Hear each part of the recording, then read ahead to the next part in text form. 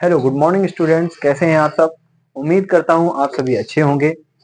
आज मैं आपके लिए ज्योग्राफी से रिलेटेड एक वीडियो लेकर के आया हूं, जिसका टॉपिक है प्रवाल एवं प्रवाल भित्तियां, यानी कोरल एंड कोरल रीफ कैसे बनते हैं। इनसे जुड़ा हुआ एक वीडियो मैं आपके सामने प्रस्तुत कर रहा हूं। इससे पहले कि मैं वीडियो से संबंधित आपको जानकारी दूं, उससे पहले आप पेपर और पेन लेकर के बैठ जाइए।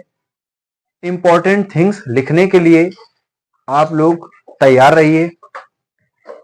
जो भी इंपॉर्टेंट चीजें हैं उनको नोट करते जाइए।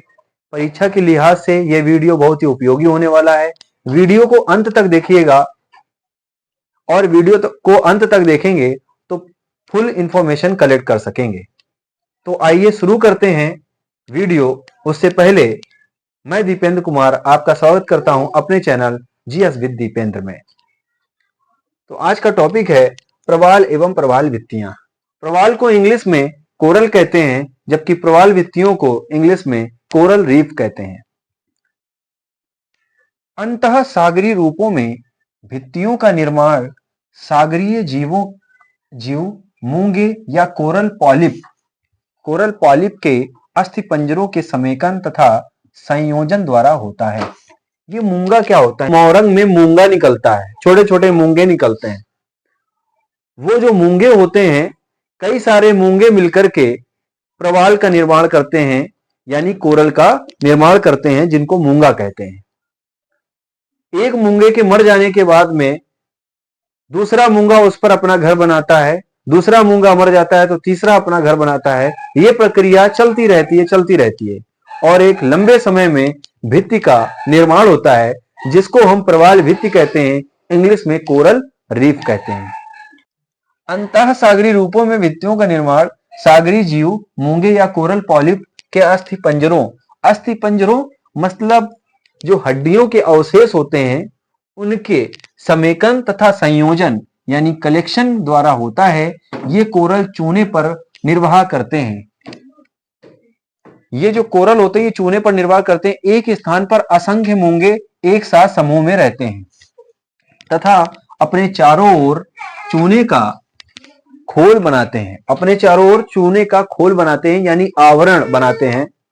और वह आवरण जब मूंगा यानी कोरल मर जाता है, यानी जब उसकी मृत्यु हो जाती है, तब दूसरा मूंगा उस पर अपने चूने का आवरण बनाने लग जाता है, यानी खोल बनाने लग जाता है।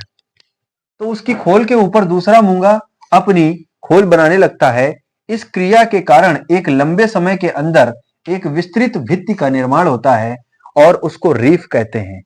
और इस प्रक्रिया को प्रवाल भित्ति कहते हैं, यानी कि कोरल रीफ कहते हैं। तो आपको समझ में आया कि प्रवाल भित्ति बनती कैसे है। इसके लिए किस प्रकार का वातावरण चाहिए, किस प्रकार का टेम्परेचर चाहिए, इसके बारे में समझ लेते हैं। अब आइए समझते हैं कि प्रवाल के विकास की जो दशाएं हैं वो क्या हो सकती हैं, या यूं कहें कि प्रवाल भित्ति के बनने के किस प्रकार के वातावरण होते हैं और उन वातावरण में उनको किस तरह का तापमान चाहिए होता है जिसमें वो पनप सकते हैं। तो आइए समझते हैं। इसके लिए सर्वप्रथम उच्च तापक्रम आवश्यक होता है, जिसके लिए 23 डिग्री सेंटीग्रेड से 25 डिग्री सेल्सियस तापमान होना चाहिए। इसका विकास अधिक गहराई में नहीं हो पाता है, क्योंकि अधिक गहराई में सूर्य का प्रकाश पहुंचने में असमर्थ होता है। यानी वहां पर जब सूर्य का प्रकाश पहुंच नहीं पाता है तो उपयुक्त तापमान उनको नहीं मिल पाता, जिसकी वजह से ये पनप नहीं पाते हैं, यानी कि उनका वहां पर विकास नहीं हो पाता है। ठीक है, तो प्रकाश प्रविष्ट नहीं हो पाता है और यथोचित ऑक्सीजन भी वहां पर नहीं मिल पाती है, जिसकी वजह से ये वहां नहीं पनप पाते हैं। इसलिए गहराई 45 से 55 मीटर ही होनी चाहिए। इससे ज्यादा की गहराई में वो जीवित नहीं रहते हैं।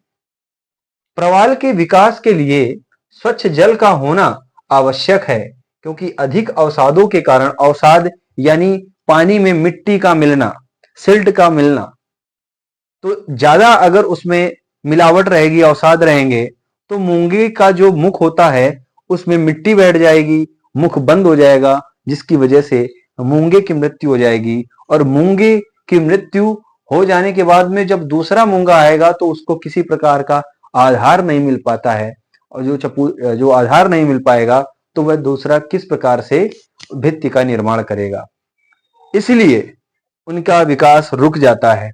अब आगे की बात क्या है कि अवसाद नहीं होना चाहिए, एक तो बात यह, और स्वच्छ जल होना आवश्यक है।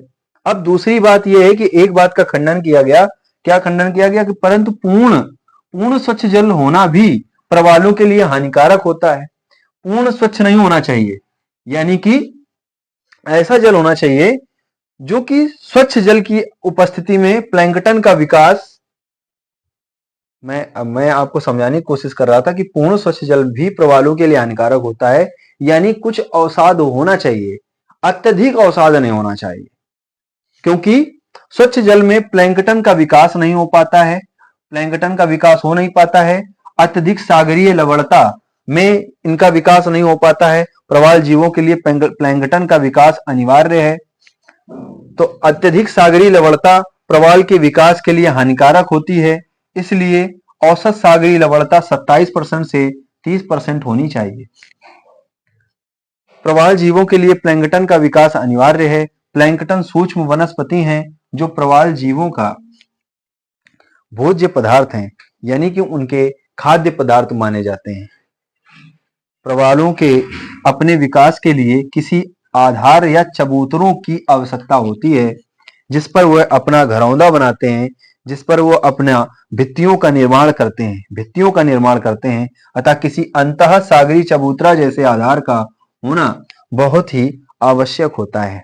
तो प्रवाल या प्रवाल भित्तियों का बनना और उनके विकास से संबंधित जानकारी आपने प्राप्त कर ली है।